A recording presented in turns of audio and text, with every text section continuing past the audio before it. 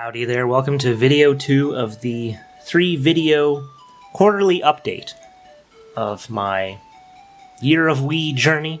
The first video was me organizing my library. This video is going to be kind of off-the-cuff reviews of the games that I've played. And then the next video is going to be me basically just talking about how the year is going, how I'm feeling about it, what I'll be playing next, that sort of stuff. Links to those videos will be posted below. So the first chunk of games that I decided to start in January are kind of slower paced, not really meaty ones, just kind of, honestly, like one step up from a Flash game or a mobile game. These are very simple puzzle games. Gravity, Puzzle Kingdoms, and Rooms.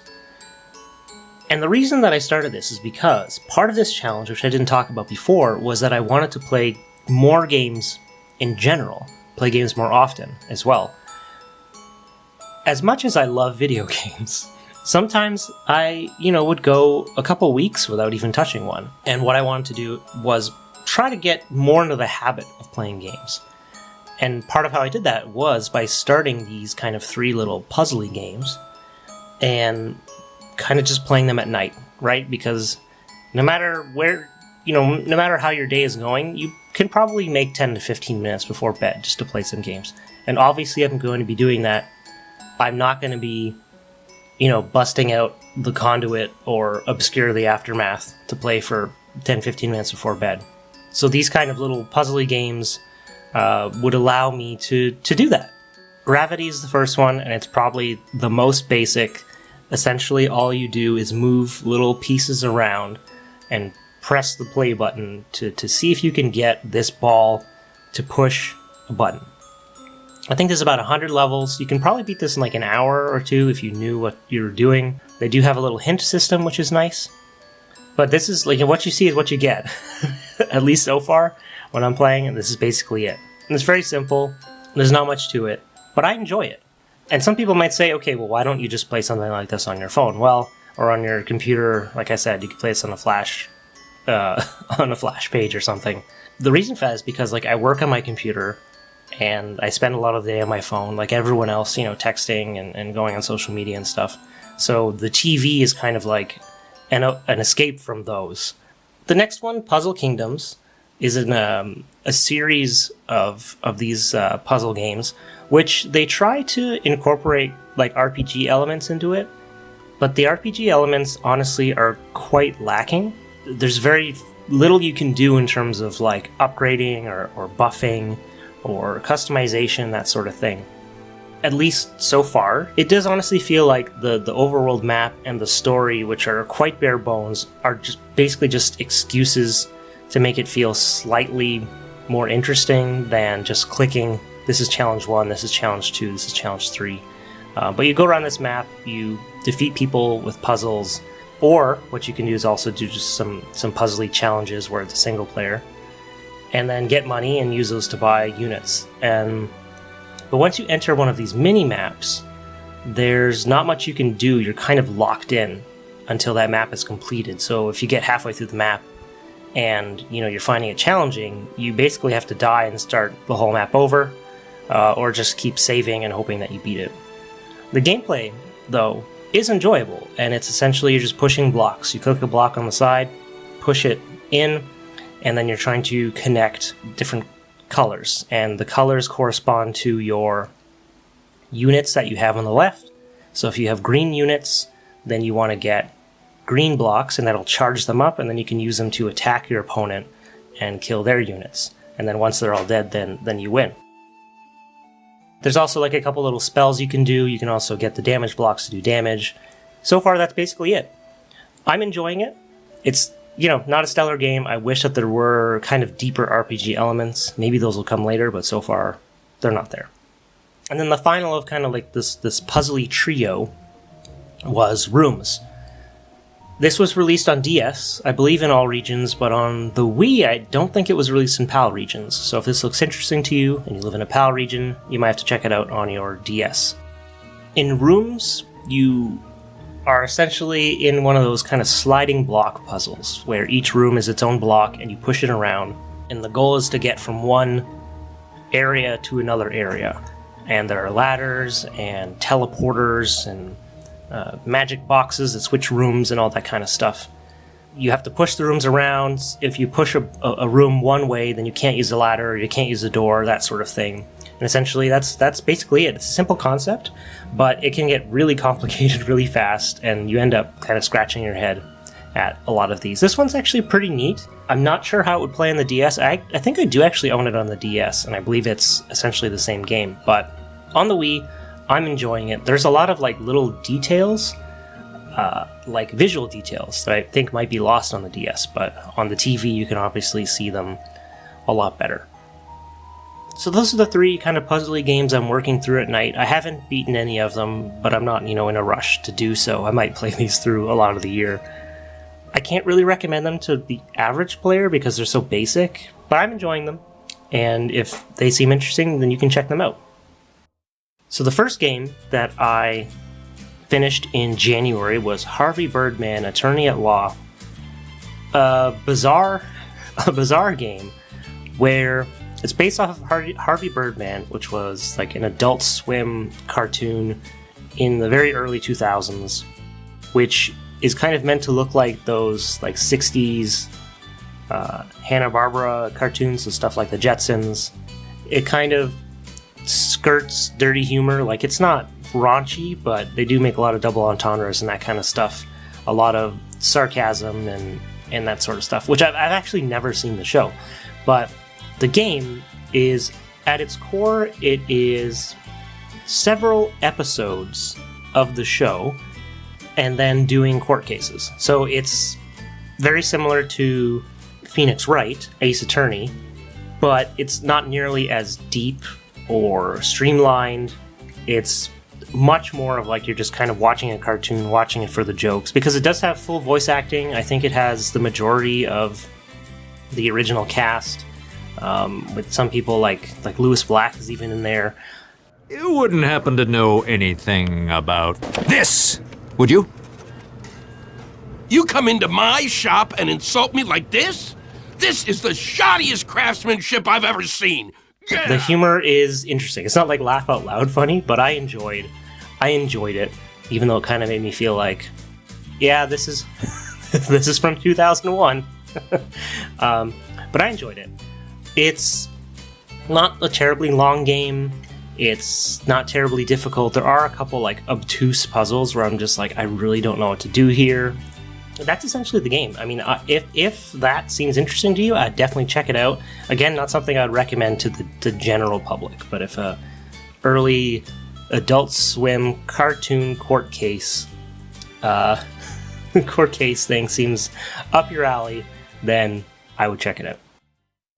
So one game I picked up for the first time in February was Klonoa. Originally, I was going to start this game after I finished Cursed Mountain, which I also picked up in January. But there was an announcement for like kind of remakes of Klonoa and Klonoa 2 on the Switch, so I said, hey, why not just start now? It's a 2.5D platformer, so the worlds are rendered in 3D, but the gameplay is largely 2D.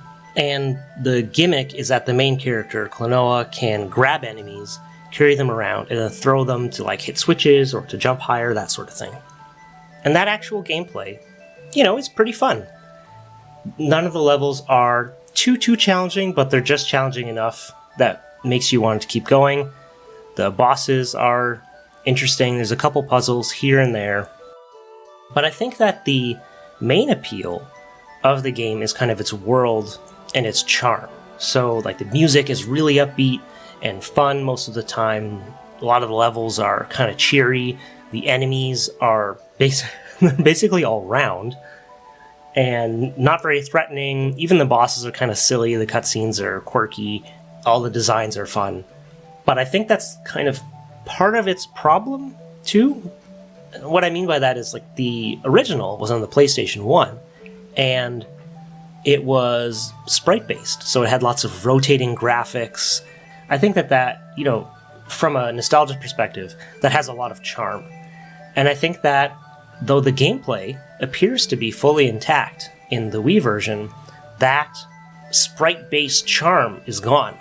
So when you strip that away, I think that it's a solid platformer. It's decent. I wouldn't give it, the AAA amazing cult status that some other people have attributed to it. And hey, if you're one of those people, all the power to you. I just don't think it's as amazing as I expected. I was a little bit underwhelmed, and I think that that's largely just because of the graphical change. The gameplay seems basically the same. The Wii version does have some bonuses when you finish the game, like different costumes and playing levels backwards and that sort of stuff. If you are going to play this version, I would recommend two things. One is to use the component cables. That brightens up the game a lot. Also, when you start the game, go right into the menus and change the language from English to Phantomile. So the Phantomile is like the original fake language that they use in the PS1 version. And the English just isn't as good. It might be good for a kid or something, but I prefer the original Phantomile language. Overall, a little underwhelmed, but still a fun experience, and it does get a recommendation from me. Another game I started in February is Exerbeat, which is not something I even knew existed until last year. It's one of those exercise games on the Wii. And not to go into too much detail, but exercise is a challenge for me. And I thought this might be a nice way to do some more interesting things, keep me, interested in exercise once a week to do this rather than doing some sort of other exercise. It's broken up into a few parts. There's like a bunch of dances you can do. There's karate, there's boxercising, there's some yoga, there's some bad mini games. The mini games are no good. So comparing this to Wii Fit, Exerbeat is a lot less clinical. And with Wii Fit, you barely even have any colors. It's very slow, relaxed. Exerbeat is more just about basically getting you moving. It has more colors and it's more fun in that way. They have this little world map that you can walk around whenever you get exercise points or whatever, and they walk around the map and they tell you little facts about locations. And you can use two Wii Motion Plus controllers, one in each hand, one for kind of the pink side and one kind of for the orangey gold side. And I do have, thankfully, controllers that kind of match, which helps. But I think that that's better than just using, I think Wii Fit, it's been a while, but I believe in Wii Fit you just used one regular Wiimote in one hand. But having two controllers, I feel, just makes you feel more involved in the actions and in the screen. Probably helps with posture and that sort of stuff. You can also use the Wii Balance Board to do some of the more hip-oriented dances. Yeah, honestly, I've been quite enjoying this. Just doing it once or twice a week, just a little bit here and there, just to get a sweat going when you don't feel like going outside. It's not the funny thing is it's not really a game, so I can't really recommend it to people. If you see this and you think, yeah, I'd like to do some silly dances, then sure, this is for you. But if not, it's not. I don't need to recommend or not recommend this to people. The next game that I picked up and finally finished in February was Cursed Mountain, which I've been picking up and putting down for a number of years, mostly because of the combat and the controls, which I'll talk about in a bit. Overall, it's a survival horror game where you are looking for your brother Frank, who went missing in the Himalayan mountains. The world is kind of steeped in Tibetan Buddhism, so some of the enemies are inspired by that, the architecture, that sort of stuff, which was very interesting. I've mentioned this before, but this game was just so disappointing because I had such high hopes for it. A number of years ago, like a decade ago, made a video, which I guess I'll post the link to, called Dark, Cold, and Alone, where I talked about how I really liked how games could make you feel cold and isolated and in the dark, wintry night and under cold water. That sort of stuff is very interesting to me. So being on a mountain where you're isolated and it's snowy and harsh had great appeal to me. If you watch the 15-minute documentary that comes with the special edition, it also comes with a little soundtrack, but The documentary talked about how the developers were like, yeah, the mountain is like this harsh environment, and you can get blown off, and you run out of oxygen, and it's always like a fight to survive, and that sort of stuff. And that's what I was wanting out of this game. I was wanting there to be more survival of trying to survive on the mountain. But that's not really what it is. Like, there's one part in the game where you need to get oxygen. Anytime you're climbing or even like sidling across crevices and stuff, you're just using the direction. You're just pressing the C-stick. There's no like skill or danger most of the time. Like, the world itself isn't very dangerous. The only thing that can hurt you for the most part are ghosts. And so that kind of turned me off. The combat itself is kind of repetitive. You enter an area, ghosts pop up, they walk at you, and you have to point at them or slash at them with your weapon. To kind of like banish them, you often have to use motion controls, which I don't have a problem with, but it took me like half the game to figure out how to do them properly. When you're doing the motions, they want you to hold your Wiimote and nunchuck straight up and then do the motion. Where when you're playing the game and you're pointing at the screen to use the weapon to kind of target the ghosts, you want to basically move from that straight into your attack motions. But they want you to hold up your Wiimote and then pause for like a second and then slowly do the motions, which might not look or sound like it's a big difference, but during gameplay, it definitely slows things down and makes it feel clunky. I was just so like disappointed by this game. I just had such high hopes. I had so much going for it. I would love for this game to be remade by another company, kind of just to flesh out the ideas that they had, make the combat more interesting, add different kinds of enemies, fix the controls. And again, like, I don't have a problem with motion controls. They're just clunky. So the controls weren't great. Combat's not great.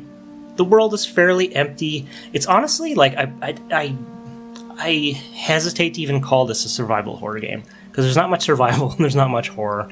There's some moments that are a little bit minorly spooky, but there's a lot going for this game too. I'm being really harsh on it just because I was so disappointed.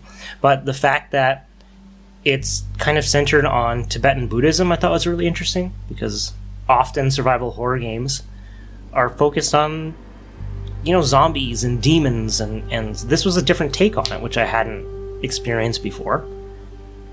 The music, like the soundtrack, is really cool. It had a lot of just ambient noises and chanting and wind blowing, so like the environment kind of fades in and out and the music fades in and out.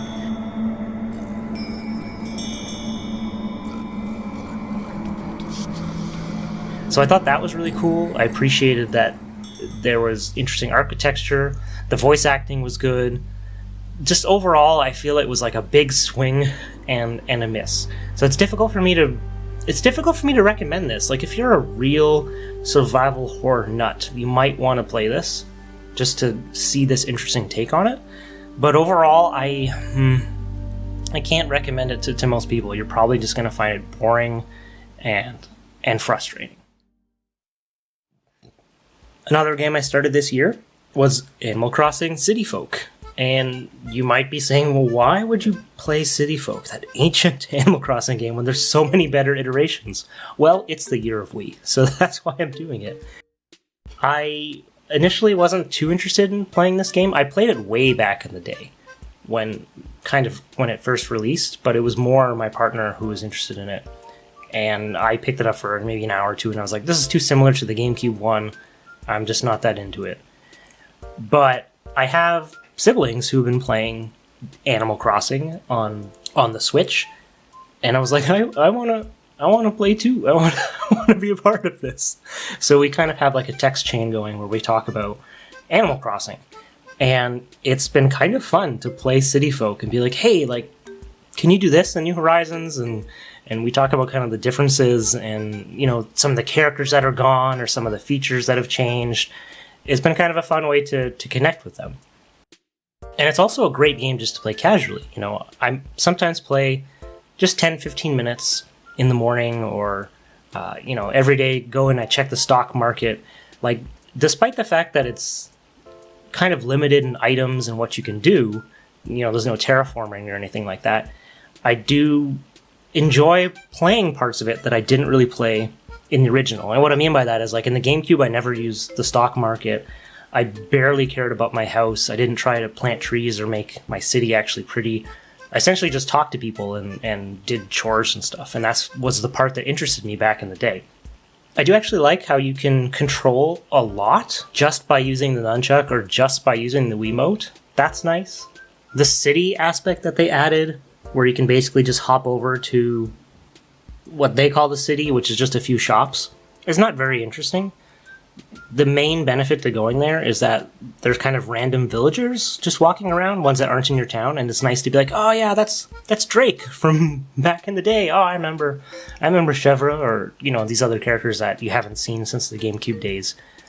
Even by just playing a few minutes a day, just to check the stock market or to find the rock that gives you free money, that has already had me upgraded my house fully. I have most of the items that I want, so I'm kind of like running out of things to do. Like, I might be putting it down soon once I organize my basement, because, like, other than maybe spending tons and tons of money to try to get like a lighthouse or a bridge or something put in the town, there's not much to do. So I might be putting it down soon and then picking it up like when the season changes and there's more bugs and stuff. I'm not one to like actively try to complete the museum by getting, all the bugs and fish and paintings and fossils, but if something's there, I'll grab it and I'll donate it. So it's weird. Like, it's also kind of comforting, to play this old Animal Crossing where the characters are still short and fat. They're not all long and human-y like they are in the new ones, and it's simpler. It kind of takes me a little bit back to the GameCube days, which I've talked about a lot. I did a whole long chat with someone about Animal Crossing, which I'll also post the link to. And so it's been kind of comforting and nice. But I think I'm going to be putting it down soon, and then probably not picking it up again. Not picking up much. And the final game that I started in March, as of this recording, is Wario Land Shake It, which I think is called Shake Dimension in some other regions. I don't really have experience with Wario games too much. I've picked them up here and there for a few minutes, but I don't really have much to compare it to. I'm going to guess that people who love Wario Land probably don't like this game, but I really like it so far. It's by Goodfeel, so the same people who made Kirby's Epic Yarn and Yoshi's Woolly World, and I think this is their first home console game. And man, is it pretty. Like, it's, as far as I can tell, it's all hand-drawn. All the enemies and backgrounds and, tons of animation frames made. It's very smooth, very pretty to look at. I like I think that's the main thing going for this game. It's just how nice it looks. I think it's a beautiful game.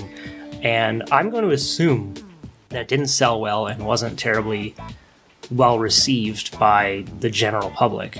But which I think is really disappointing, because I love hand-drawn games. And I think that, when games like this don't sell well, then they don't bother putting the effort into making more. But I'm kind of jumping ahead here, right? Like, I didn't even talk about the gameplay. The gameplay is that you go through the level to get to the end to collect, money, and also rescue some little creature. And once you free the little creature from a cage, you have to run all the way back to the beginning of the level with a timer going. So it's not too complicated. There's not too many complicated puzzles or anything. There are tilt controls and motion controls and stuff. But I think they're done really well. I think they're simple and not used too often. If you grab a bag of coins, you can shake it with the Wiimote, or you can tilt to throw things, I think. But similar to a Kirby game, like, if you just want to beat it, it doesn't seem like it's going to be too difficult to do so. You run to the one end, you run back.